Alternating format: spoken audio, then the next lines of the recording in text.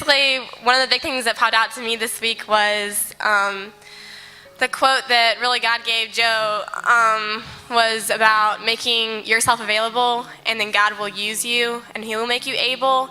And that was so big for me because at Alexander Youth Network, you really had to step out of your comfort zone, especially for me because I'm more an introvert or whatever. And it's just so cool that when I make myself available, then God completely used me. I really want to thank God for showing me how much of a Jonah I've been, because I really feel God called me several years ago to know that I'm called to ministry, and I think I'm thankful that God used Chris to help me see that again.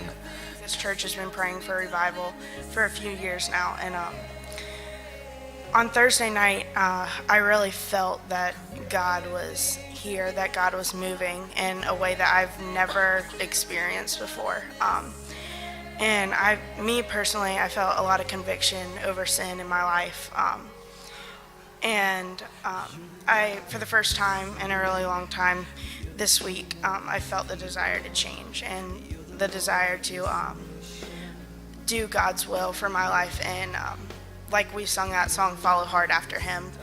And this week I led a small group with 2 girls, and on Wednesday I prayed with one of my girls to accept Jesus into her heart. I want to start off by saying how amazing this week has been, and also how I remember back at Renovatus when we started praying for revival. And I know it didn't start there because I know we've been praying for years and years. But I just want to say that the power of prayer is so much greater than we can understand, because I think the reason this trip was so much has had such a better impact on us and on the community than other ones we've been on is because all the communities in our church have been praying for months and months. And I really want to encourage everybody here to continue to pray for each other, to grow in the Lord, and to continue to reach out to our community. And my particular group traveled to different uptown sites every day. So we were doing mostly manual work, but in different settings. And the first few days I observed the kids and helping with them doing things like wash windows, weed some gardens. And the kids were obedient, did what they were asked to do. But the transformation that I saw over the course of the week was that toward the end of the week, we were doing similar work, washing windows, stacking day-old bread, serving lemonade in a homeless shelter. But the kids were doing it not just with their bodies, but with their minds as well. I saw a passion. They were offering that proverbial glass of cold water in Jesus' name. I think the biggest impact on my life is the work that we did for the seniors in our church and the widows, and to go to their homes and do little odd jobs and fixing repairs, and then hear their stories about their life and their ministry serving God and around the country and the world. And it was humbling for me and the young people that I had on my crew to be a part of that and to be able to serve them, because they had answered the call to go serve God elsewhere. It was just an incredible week. Joan Airmore had a phenomenal week of sermons that spoke to the kids, and you could really feel God's presence there.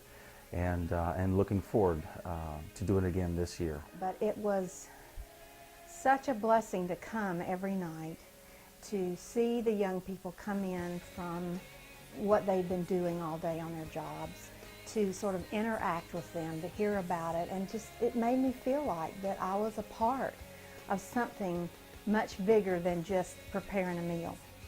Hey, what you just saw was our volunteer team for Seek the City last year, both adults and students.